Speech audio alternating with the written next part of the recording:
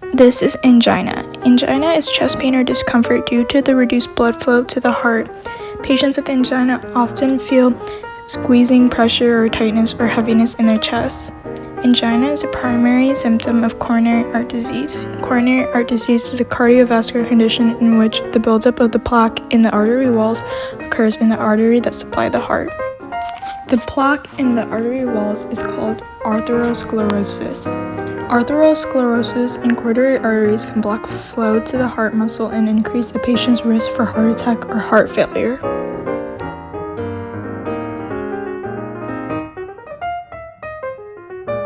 This is atherosclerosis.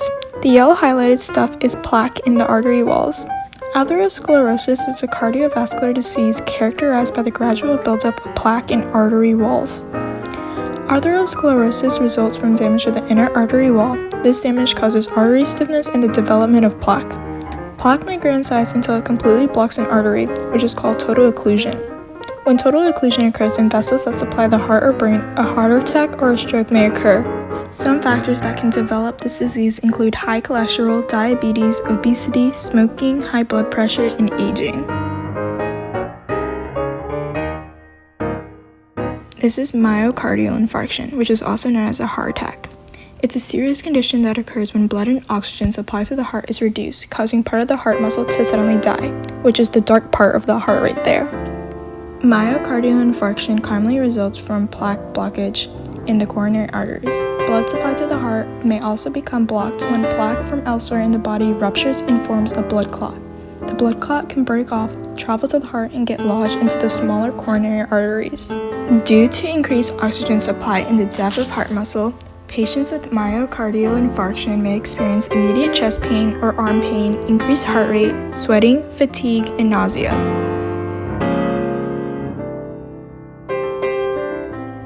This is aortic valve stenosis. Aortic stenosis is a heart condition that occurs when the aortic valve narrows, partially obstructing blood flow across the valve. This is often caused by calcification of the aortic valve as one ages, which stiffens the valve and narrows the valve opening. Patients with this may not experience any symptoms, as this typically develops over many years. However, in patients with advanced aortic stenosis, chest pain, dizziness, and fainting during exercise, and congestive heart failure are common symptoms. This is patent foramen ovale, which is also known as PFO, is an abnormal hole present in the wall between the two upper chambers of the heart. PFO is a congenital condition, meaning it is present at birth. PFO is typically asymptomatic and harmless. PFO is present in approximately 25% of the population, but many do not know that they have the condition. In rare instances, PFO may cause complications including ischemic stroke, migraine, headaches, and heart attacks. This is congestive heart failure. Congestive heart failure is a cardiovascular disorder that occurs when your heart cannot pump enough blood to supply the body. CHF can be caused by a variety of disorders, including structural defects of the heart valves, disease of the heart muscle, abnormal heart rhythms, and heart attack.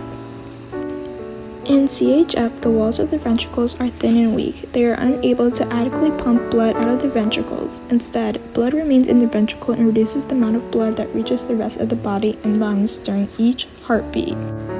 Factors that increase risk for CHF include high blood pressure, coronary artery disease, metabolic syndrome, diabetes, and structural abnormalities of the heart.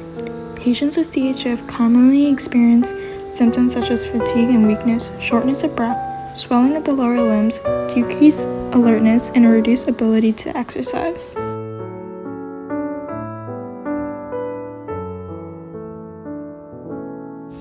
The blood from the superior vena cava and inferior vena cava meet in the right atrium. The blood from the right atrium enters the right ventricle through the tricuspid valve. The blood from the right ventricle enters the pulmonary artery and into the lungs. Then, when the oxygenated blood returns, it enters through the pulmonary vein and then into the left atrium. From the left atrium, the blood enters the left ventricle through the mitral valve. From there, the blood from the left ventricle enters the aorta through the aortic valve. Then, the aorta sends the blood to the rest of the body.